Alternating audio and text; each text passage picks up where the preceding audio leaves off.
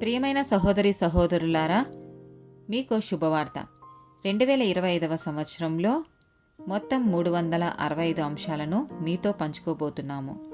జనవరి 1వ తేదీ నుండి ప్రతిరోజు ఒక అంశము మరియు దానికి సంబంధించిన వాక్యమును పంచుకుంటాము. దయచేసి ఆ వాక్యములను వినండి, ధ్యానించండి మరియు ఆశీర్వదించబడండి. దయచేసి సబ్స్క్రైబ్ చేయండి మరియు మీ స్నేహితులతో పంచుకోండి. ధన్యవాదాలు.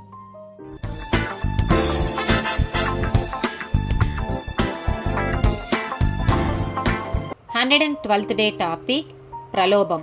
సామెతల గ్రంథము 1వ అధ్యాయము 10వ వచనం. నా కుమారుడా, పాపులు నిన్ను ప్రేరేపింపగా ఒప్పకుము.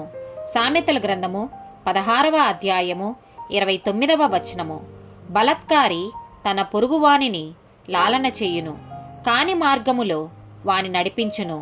మత్తయి సువార్త 4వ అధ్యాయము 1 నుండి 11 వచనాలు.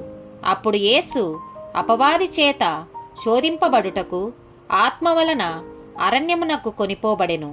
40 దినములు 40 రాత్రులు ఉపవాసము నుండిన పిమ్మట ఆయన ఆకలిగొనగా ఆ శోధకుడు ఆయన యొద్దకు వచ్చి, నీవు దేవుని కుమారుడవైతే ఈ రాళ్ళు రొట్టెలగునట్లు ఆజ్ఞాపించుమనెను.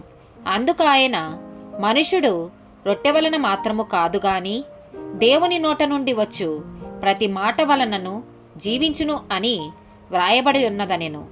అంతటా అపవాది పరిశుద్ధ పట్టణమునకు ఆయనను తీసుకొని పోయి దేవాలయ శిఖరమున ఆయన నిలవబెట్టి, నీవు దేవుని కుమారుడవైతే క్రిందికి దూకుము, ఆయన నిన్ను గూర్చి తన దూతలకు ఆజ్ఞాపించును. నీ పాదం ఎప్పుడైనను రాతికి తగలకుండా వారు నిన్ను చేతులతో ఎత్తుకొందురు అని వ్రాయబడి ఉన్నదని ఆయనతో చెప్పెను. అందుకు యేసు, ప్రభువైన నీ దేవుని నీవు శోధింపవలదని మరి ఒక చోట వ్రాయబడి ఉన్నదని వానితో చెప్పెను.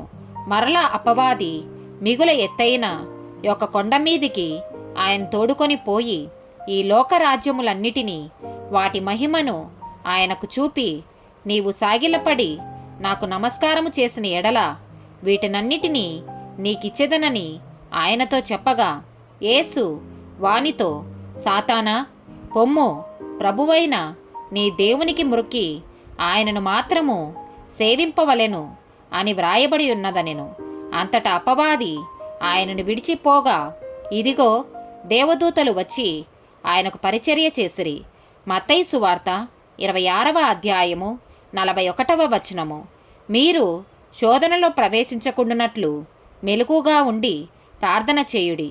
ఆత్మ సిద్ధమే గాని శరీరము బలహీనమని పేతురుతో చెప్పెను. ఆమేన్.